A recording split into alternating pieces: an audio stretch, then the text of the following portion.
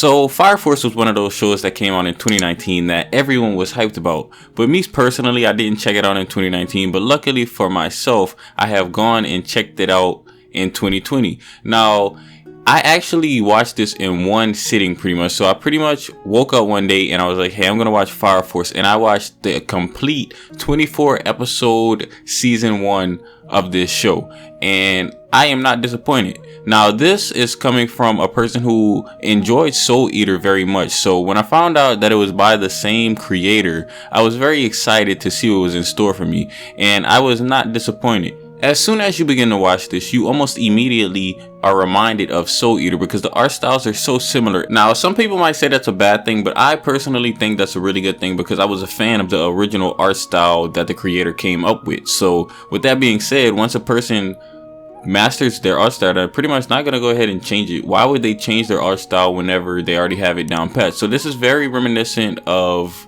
Soul Eater in terms of character designs. Now, it does look a lot more updated since, of course, this came out years later, and it seems like the production of this is very high quality. So for the most part, this show lives up to its predecessor, Soul Eater, in terms of quality. Now, I personally haven't read the manga for Fire Force, but I don't think that's pretty much necessary to watch this because I got a lot of enjoyment out of it despite not even reading the manga. So going into this blind as an anime only fan was kind of appealing. Now, some people might be inclined to go check out the manga right now, considering that season 2 isn't available yet. But I'm sure once season 2 is available, people will pretty much get a full experience out of the anime.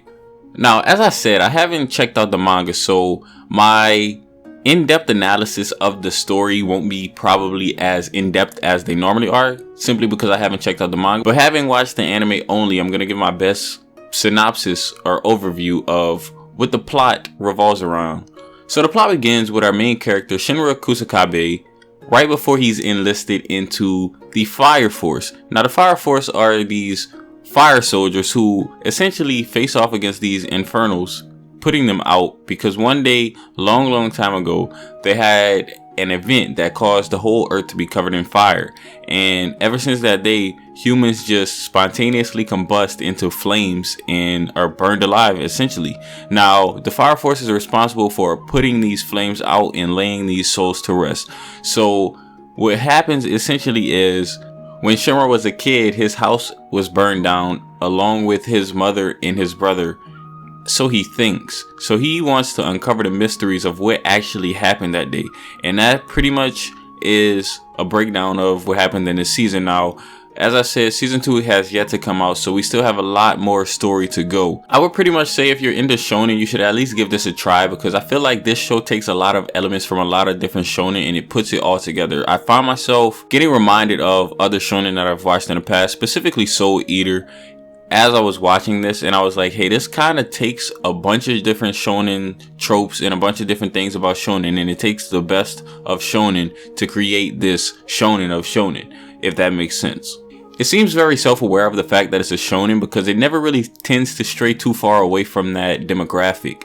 Now, there are some darker undertones in this story, but I don't find that they get as dark as a seinen, so I think it keeps a good level of fun going along the same lines, because I know sometimes when a person is watching a shonen, they don't want it to get too dark because sometimes it winds up not being as happy and fun. And I want to assure you guys that if you're watching this, for the most part, this is going to be a really happy, fun type of anime. When it comes to the sound department of this anime, I would have to say it is very immaculate. And I'm not just talking about the actual music that's playing in the background. Like, that's also very well executed, but in general, just the sound effects are very well done. For example, when a character is walking across the screen, you're going to hear their footsteps. And I purposefully listened because as I was watching, I started to notice like the sound effects in this show take it to a whole nother level. So I was like, I wonder how detailed the sound effects are. So as I was watching one of the scenes, I just started listening and I was like, you can actually hear the footsteps. Like, they went the extra mile to add the footsteps. And I know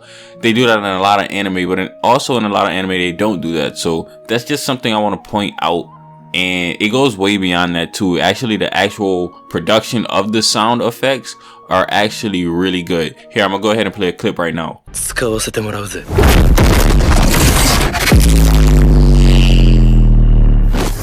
As for the characters, they all have unique personalities and they all have unique abilities. For example, most people fight using fire powers, but there's also the offshoot character who doesn't fight using fire powers, and that makes them actually stand out. And even though everyone for the most part fights using fire powers, they're all different. No one in the show, as far as I've noticed, actually use fire in the same way as someone else. They all have a unique way of using it. For example, Shinra uses fire usually from his feet, and he usually fights with kicks, and no one else really does that in the show. Some people fight with swords, and everyone just has a unique way of fighting. Some people fight with guns, actually. So if you're into that kind of stuff, it kind of has something for everybody, you know? Now, the fight scenes in this show actually bring it to a whole nother level. I'm not gonna lie. As the people are fighting, they actually flow through the screen, and the choreography in them is just amazing. Like, it's actually breathtaking. I remember I was watching one of the scenes, and I literally got up out of my seat to watch what was going on because I was just so amazed at the choreography going on the screen.